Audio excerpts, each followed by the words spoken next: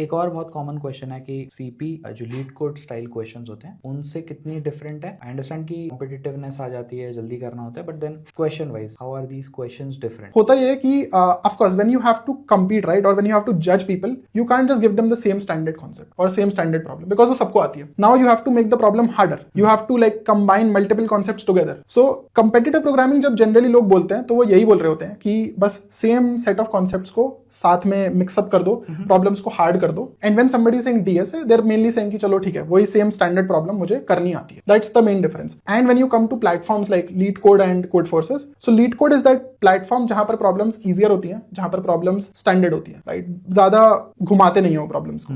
Whereas when you come to code forces, what happens is that तुम्हें एक story दी जाएगी, problem नहीं दी जाएगी, तुम्हें एक स्टोरी दी जाएगी. And eventually you know make observations in the story, you catch certain key terms, and based on that you construct a problem, construct a well defined problem that now needs to be solved. ये difference है थोड़ा सा. Great answer, क्योंकि I think leet code पे जो है परोस दिया जाता है, बिल्कुल बता दिया जाता है कि तुम्हें ये करना है एंड तुम्हें आता है तो तुम वो सॉल्व कर लोगे, अदरवाइज तुम नहीं कर पाओगे.